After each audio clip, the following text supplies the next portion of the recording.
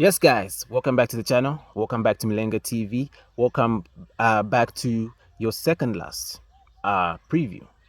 match preview for the third and fourth match between the DR Congo and South Africa. Two teams that I have to say I'm very, very impressed by in this tournament. I think I wouldn't have predicted any of these two teams to get this far in the tournament, but DR Congo, South Africa, you can walk out this tournament with your heads held high. I think they've definitely made a good account of themselves. They've definitely taken advantage of some of the slip ups by the big teams, and they've definitely shown a lot of improvement. So I'll definitely be looking to DR Congo. I'll definitely be looking at South Africa a little bit differently going forward as well, especially as the World Cup qualifiers are coming on. Would definitely be interesting to see how they get on. Will any one of these two teams make it into the World Cup? Would hope so for the sake of South Africa or DR Congo, and it will be interesting to see how they get on, not just for the World Cup qualifiers, but for the next edition of the AFCON, because they'll definitely look at it falling so short just at the final hurdle, and they'll definitely be looking to improve. So fair play to DR Congo, fair play to South Africa for getting themselves into this matchup, and we'll definitely have a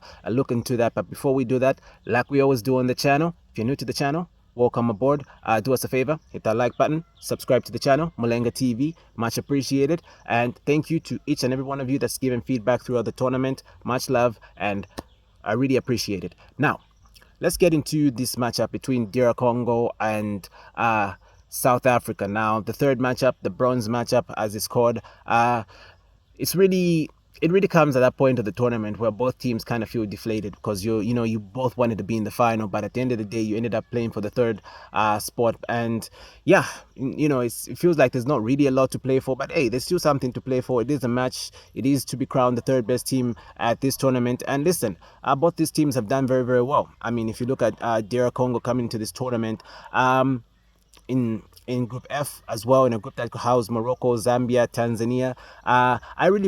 In my preview, I did say they're one of the teams that should not be overlooked. I did feel like they have got players in there that could step up, players in there that could actually deliver. And in terms of the way they went about it, they got themselves just narrowly through with 3 draws from the group stages as well. But who can forget that heroics against Egypt? Who can forget how I think they beat Guinea as well, if I'm not mistaken, in their game in the semi-final game when they actually stepped up and started to score some goals. So they've definitely done in the quarterfinal, I meant to say. So they've definitely done very well, DR Congo, in terms of getting themselves this far into the tournament, falling short to Ivory Coast on the day.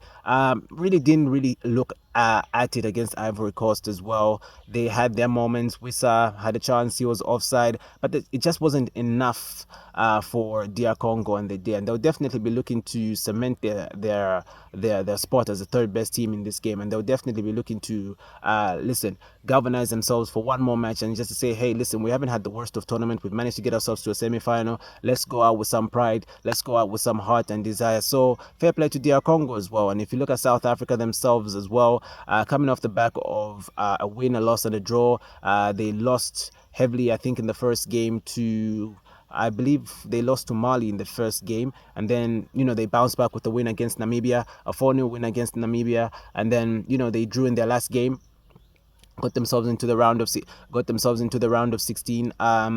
Who did they play in the round of 16? I'm trying to remember. Oh yes, they did play Morocco in the round of 16, and what a win against Morocco in the round of 16. I mean, they produced probably one of the biggest upsets of the tournament in the round of 16, beating Morocco. Then they got into the quarterfinal game. They played Cape Verde, took it all the way to penalties. Who can forget Rowan Williams? Another candidate for me, I would say, as player of the tournament. I know it's not really known to say goalkeeper can be the player of the tournament, but hey, listen, for me, I think he's another candidate. I think you can't forget his heroics again in the Cape Verde game where he saved 4 penalties. I don't think I've ever seen anything like it. I think he became the first goalkeeper in FIFA history in terms of making 4 penalty saves at any recognized FIFA tournament. So that's fair play to Rowan. I think that he's a shout for player of the tournament as well in terms of his heroics. But on top of that as well, he's had four clean sheets as well. He's tied